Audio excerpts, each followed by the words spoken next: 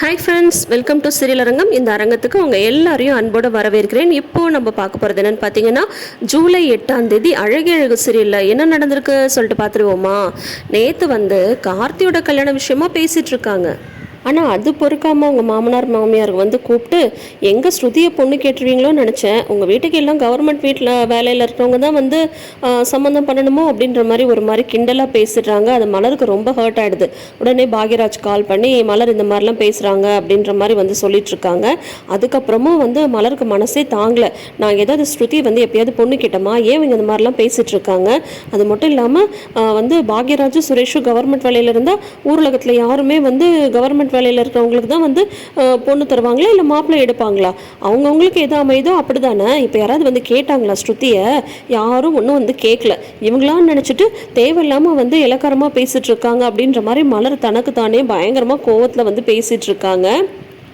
ஆனால் ஸ்ருதிக்கு ஒன் சைடாக கார்த்திக் மேலே ஒரு சாஃப்ட் கார்னர் இருந்துட்டு தான் இருக்குது. பார்க்கலாம் அது என்ன நடக்குதுன்னு சொல்லிட்டு.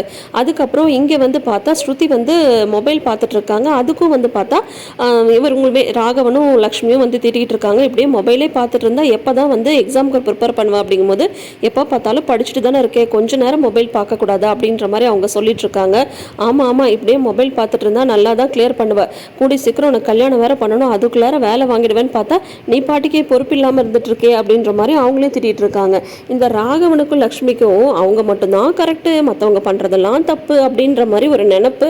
ஆனால் அதெல்லாம் மாற்றவே முடியாது. சிலவங்களெல்லாம் சொல்லியும் திருத்த மாட்டாங்க, சொன்னாலும் புரிஞ்சுக்கவும் ட்ரை பண்ண மாட்டாங்க. அப்படியான ஒரு கேரக்டர் தான் இந்த ராகவனும் லக்ஷ்மியும்.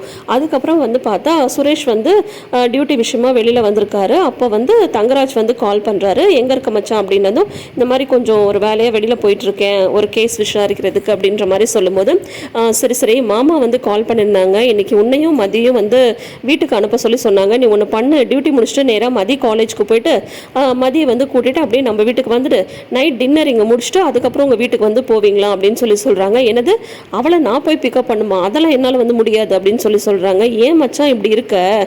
அவளை எப்போவுமே உன்னோட கண்ட்ரோலில் தான் இருக்கா அப்படின்ற மாதிரி நீ அவளுக்கு தெரியப்படுத்திடணும், புரியுதா?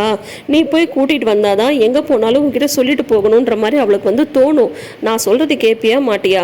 மாமா சொன்னால் கேட்பியா மாட்டியா அப்படின்னு சொல்லும்போது கேட்பேன் அப்படின்றாங்க. அப்படின்னா ஒழுங்காக காலேஜுக்கு போய் மதியம் பிக்கப் பண்ணிவிட்டு நேராக நம்ம வீட்டுக்கு வந்துட்டு சாப்பிட்டு அதுக்கப்புறம் உங்கள் வீட்டுக்கு போகலாம் அப்படின்னு சொல்லிட்டு தங்கராஜ் சொல்ல சரி சரின்னு இவரும் மண்டையாட்டிட்டார். அதுக்கப்புறம் ரேவதியை கூப்பிட்டு விருந்தெல்லாம் தடபுடலாம் ரெடி பண்ணிவிடு, இன்னைக்கு சுரேஷ்க்கும் மதிக்கும் நம்ம வீட்டில் தான் விருந்து அப்படின்ற மாதிரி சொல்லிடுறாங்க. ரேவதியுமே சரிங்க அப்படின்ற மாதிரி அவங்களுமே சொல்லிடுறாங்க. காலேஜுக்கு போய் ஒய்ஃபை பிக் பண்ணால் அவங்க கண்ட்ரோலில் தான் இருக்காங்க அப்படின்ற மாதிரி எப்படிங்க தோணும்? நிஜமாக அப்படிலாம் தோணுன்னு நீங்கள் நினைக்கிறீங்க? அப்படிலாம் இல்லை. உண்மையாகவே ஒரு அன்பு இருந்தால் என்ன தோணும், பரவாயில்லையே நம்மளை பிக்கப் பண்ணால் இவ்வளோ தூரம் ஹஸ்பண்ட் வந்திருக்காங்களே அப்படின்னு சொல்லிட்டு நமக்கு சந்தோஷமாக தான் இருக்கும். அதை விட்டுட்டு இந்த பார் என்னோட கண்ட்ரோலில் தான் இருக்குது அப்படின்னு சொல்லிட்டு அவங்க நினச்சிக்கிறாங்கன்னா அது அவங்களோட முட்டாள்தனம் அப்படின்னு தான் சொல்லணும், இல்லையா? நீங்கள் என்ன நினைக்கிறீங்கன்றதை மறக்காமல் கமெண்ட் செக்ஷனில் சொல்லுங்கள். எங்கள் வீட்டில் பார்த்தா உச்சக்கட்ட கடுப்பில் இருந்துட்டுருக்காங்க. யார்? மலரு தான். பாக்யராஜ் வேலையிலேருந்து வராரு. அவங்க அம்மாவுக்கு பிடிச்ச ஸ்நாக்ஸ் எல்லாம் அவங்க அம்மாவுக்கு, அவங்க அப்பாவுக்கு பிடிச்ச ஸ்நாக்ஸ் எல்லாம் அவங்க அப்பாவுக்கு, தங்கச்சிக்கு வேண்டியதெல்லாம் தங்கச்சிக்குன்னு எல்லாருக்கும் வேண்டியதெல்லாம் ஹாலில் வச்சு கொடுக்குறாங்க.